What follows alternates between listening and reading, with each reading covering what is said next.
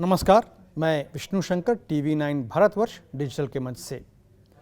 पूर्वी लद्दाख में पैंगोंग लेक के दक्षिणी किनारे पर 29 और 30 अगस्त की रात को भारतीय और चीनी सैनिकों के बीच जो तकरार हुई उसकी कहानी रोचक है। भारत ये बहुत पहले समझ गया था कि सलामी स्लाइसिंग की पॉलिसी के तहत चीन की दृष्टि इस इलाके पर भी थी और वह चुपचाप यहाँ पर कभी भी यहाँ के स्टेटस को बदलने के लिए कोई कार्रवाई कर सकता था। इसलिए भारतीय सेना दिन रात इस इलाके की कड़ी निगरानी कर रही थी। इसके लिए रेडार, नाइट विजन गॉगल्स और कई अन्य उपकरणों का इस्तेमाल किया गया। 29 अगस्त को देर रात जब चीनी सैनिक अपने मिशन पर निकल रहे थे, उसके पहले भारतीय सेना को इल्म हो गया था कि अब कुछ होगा। इसलिए फौरन भारतीय स्पेशल फ्रंटियर फोर्स के जवानों को लेक के दक्षिणी किनारे पर स्थित पहाड़ियों के लिए कूच करने को कहा गया। जब तक चीनी सैनिक वहां पहुंचे, भारतीय SFF के सैनिक उनका रास्ता रोकने के लिए खड़े मिले। उसके बाद बहस मुबाहिसा हुआ, शायद धक्का मुक्की भी हुई होगी, लेकिन अंततः चीनी सैनिकों को अपने पैर वहां से वापस खींचने पड़े। भारतीय स्पेशल फ्रंटियर फोर्स में 1962 से ही जब इस फोर्स की नींव रखी गई थी, तिब्बती मूल के लोगों की बहाली को प्रायोरिटी दी गई। इसकी वजह यह थी कि ये जवान जो स्थानीय लोग हैं अपने इलाके को अच्छी तरह पहचानते हैं और इनका स्टैमिना गैर पहाड़ी लोगों से कहीं अधिक होता है और इसके चलते अपनी जिम्मेदारी बड़ी तेजी से निभाते हैं। यहाँ यह बताना ज़रूरी है कि पैंगोंग लेक और इसके दोनों किनारों का इतिहास और महत्व क्या है। ये बड़ी खूबसूरत लेक 4270 मीटर की ऊंचाई पर स्थित है। इसकी लंबाई 135 किलोमीटर है और यह 600 वर्ग किलोमीटर में फैली है।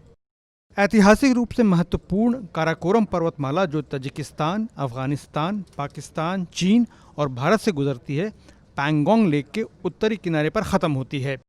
यह पर्वतमाला सामरिक दृष्टि से भारत, चीन और पाकिस्तान के लिए बड़ी महत्वपूर्ण है, क्योंकि चीन ने यहाँ काराकोरम हाईवे बनाया है जो उसे पाकिस्तान के कब्जे वाले कश्मीर से जोड़ता है। लेक के दक्षिण किनारे पर भी पहाड़ियाँ बिखरी हैं जो दक्षिण में स्पांगुर लेक की ओर ढलती हैं।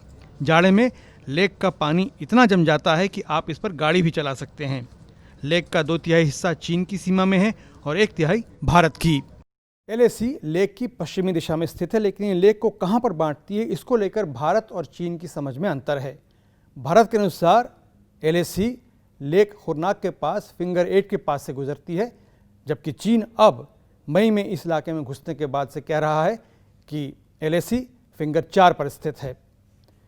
दक्षिणी किनारे पर LAC को लेकर कोई बड़ा विवाद अभी तक नहीं हुआ है और हो सकता है दोनों पक्षों की समझ में 100-200 मीटर का अंतर होगा। मई महीने से पूर्वी लद्दाख में भारत और चीन में जो तनातनी चल रही है, उसमें दोनों के बीच पहली हाथापाई 5 और 6 मई की रात को पैंगोंग लेक के उत्तरी किनारे पर ही हुई थी, जिसके बाद चीन ने फिंगर 4 से लेकर फिंगर 8 तक इलाके पर कब्जा कर लिया और वहां सैनिक और हथियार तैनात कर दिए। जब डी-एस्केलेशन की बातचीत शुरू हुई तो चीन फिंगर 4 से जरा सा पीछे हटकर फिंगर 5 के बेस पर चला गया, लेकिन उसके बाद से लेक के उत्तरी किनारे पर गतिरोध बना हुआ है। 29 अगस्त से पहले लेक का दक्षिणी इलाका शांत था और यहाँ पर भारत की स्थिति हमेशा से मजबूत बनी रही है। ऐतिहासिक दृष्टि से देखें तो दक्षिणी किनारे पर ज़्यादा एक्शन देखने को मिला है, क्योंकि ये चुशुल अप्रोच और रिजांगला के करीब है, जो इलाका दोनों देशों के लिए सामरिक दृष्टि से महत्वपूर्ण है। चुशुल अप्रोच वो मैदानी इलाका है जहाँ से सेनाएं आक्रमण शुरू करती हैं। 1962 में भी चीन ने यहीं से धावा बोला था और पैंगोंग लेक के दोनों किनारों पर भारत को ज़मीन से हाथ धोना पड़ा था और पीछे हटना पड़ा था। इस बार भी भारत ने इस इलाके पर एहतियातन नज़र बनाए रखी थी ताकि चीन ऐसी हरकत फिर न करे। अभी भी LAC के अपनी तरफ ही ऊंचाइयों पर भारत ने अपनी पोजीशन संभाल रखी है ताकि चीन को किसी भी दुस्साहस से रोक सके। 29 अगस्त की रात को जो हुआ है, उसके बाद दोनों देशों के बीच तनाव बढ़ता जा रहा है, क्योंकि दोनों पक्षों में आपसी विश्वास का नितांत अभाव हो चुका है। सेना के वरिष्ठ रिटायर्ड अधिकारियों का कहना है कि अब लद्दाख से लेकर अरुणाचल प्रदेश तक 3488 किलोमीटर लंबी भारत चीन सीमा पर भारत को बहुत चौकस रहने की ज़रूरत है, क्योंकि चीन ने पूरी सीमा पर जगह जगह टैंक, हथियार, मिसाइलें, जंगी जहाज़ और ड्रोन तैनात कर दिए हैं और वह अगली हिमाकत कहीं भी कर सकता है। होतान, काशगर, गरुंगसा, ल्हासा गोंगर और शिगास्ते में हवाई अड्डों की कैपेसिटी बढ़ाई जा रही है। होतान में चीन ने अपना 5th जनरेशन स्टेल्थ युद्धक J-20 भी जमा कर लिया है। साथ ही चीन बड़ी तेजी से सीमावर्ती इलाकों और LAC पर इंफ्रास्ट्रक्चर विकास का काम कर रहा है, जिनमें सड़कें, पुल और हेलीपैड बनाना और सैनिक काम के लिए ऑप्टिक फाइबर डालना प्रमुख हैं।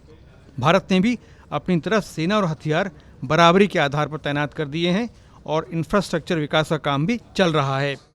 ध्यान देने वाली बात यह है कि हथियारों के जमावड़े के साथ साथ चीन शांति की भी बात कर रहा है। पेरिस में चीन के विदेश मंत्री ने बयान दिया है कि उनका देश हमेशा से भारत के साथ हर समस्या के शांतिपूर्ण हल के हक में है और माहौल खराब करने का काम कभी नहीं करेगा। लेकिन भारत के साथ संबंधों में तो यह बयान मुंह में राम बगल में छुरी वाली कहावत चरितार्थ करता है। दूसरी ओर भारतीय विदेश मंत्री एस जयशंकर ने कहा है कि दोनों देशों के संबंध सिर्फ उनके लिए नहीं बल्कि पूरी दुनिया के लिए मायने रखते हैं और ये ज़रूरी है कि भारत और चीन जल्दी किसी सहमति तक पहुँचें। जयशंकर ने आगे कहा कि पिछले 30 सालों में चीन ने बड़ी तेज़ी से तरक्की की है, लेकिन इन 30 सालों में भारत की प्रगति भी दुनिया के लिए एक मिसाल है। ये बात भी चीन को समझनी पड़ेगी। तो भारत ने 29 और 30 अगस्त की रात के ऑपरेशन से क्या हासिल किया? भारतीय सेना के रिटायर्ड वरिष्ठ अधिकारियों की बात माने तो बहुत अरसे के बाद भारत ने चीन को ये संकेत दिया है कि सलामी स्लाइसिंग की पॉलिसी अब भारत के साथ नहीं चलेगी। साथ ही भारत नक्शे में एक पक्षीय बदलाव को भी मंजूरी नहीं देगा। भारत अभी समझ गया है कि चीन को सीमा निर्धारण के लिए, बातचीत के लिए टेबल पर लाने के लिए उसको उसी की ज़बान में जवाब देना पड़ेगा।